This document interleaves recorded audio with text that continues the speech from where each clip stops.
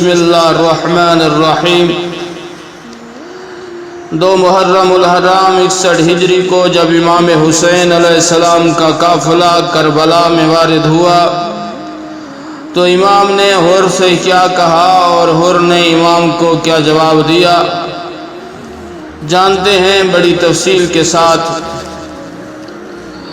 امام نے حر سے فرمایا ہمیں تھوڑا سا آگے چلنے دو، چونکہ ابھی آپ نے تھوڑا ہی راستہ طے کیا تھا۔ حر اپنی سپاہ کے سامنے آگے کھڑا ہو گیا۔ امام نے دریافت کیا اس جگہ کا نام کیا ہے، تو عرض کیا گیا اسے کربلا کہتے ہیں۔ سید الشہداء امیر المومنین علی ابن ابی طالب کربلا کا نام سن کر رونا شروع کر دیا اور کہا یا اللہ ہمیں کربلا سے تیری پناہ مانگتے ہیں۔ پھر یہ بھی فرمایا یہ رنج و الم کا مقام ہے۔ اس کے بعد حکم دیا یہی ہماری سواریاں بیٹھانے کی جگہ ہے، یہی ہمارے خون بہانے کا مقام ہے، یہی ہماری قبروں کا محل ہے۔ میرے جد نامداد جناب پیغمبر خدا نے مجھے اسی جگہ کی اطلاع دی ہے۔ 2 محرم الحرام 61 ہجری کو یہ واقعہ پیش آیا۔ وہاں اترنے کے بعد امام حسین علیہ السلام نے اپنے اصحاب سے فرمایا عام لوگ دنیا کے بندے ہوتے ہیں اور انہوں نے دین کو چاٹا بنایا ہوتا ہے۔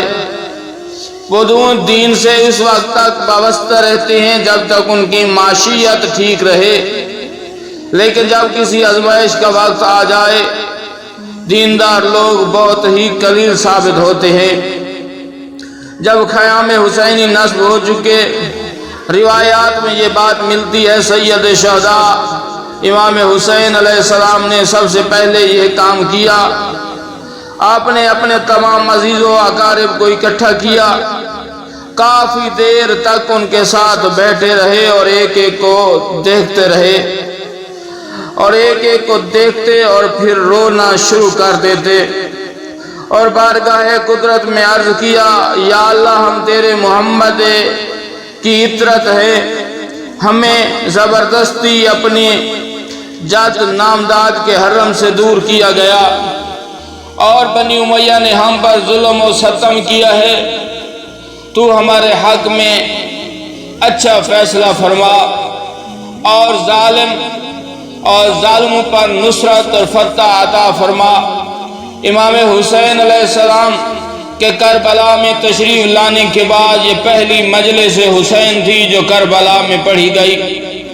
پڑھنے والا عام بندہ نہیں تھا، پڑھنے والا امام حسین علیہ السلام تھے۔ بعض ارباب مقاتل نے اس مقام پر امام علی مقام کا یہ خطبہ بھی ارشاد فرمایا۔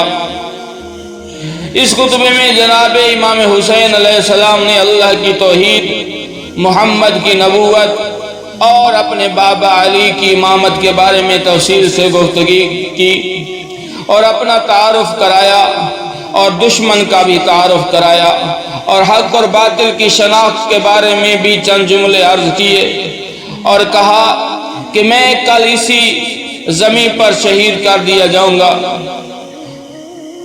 والسلام۔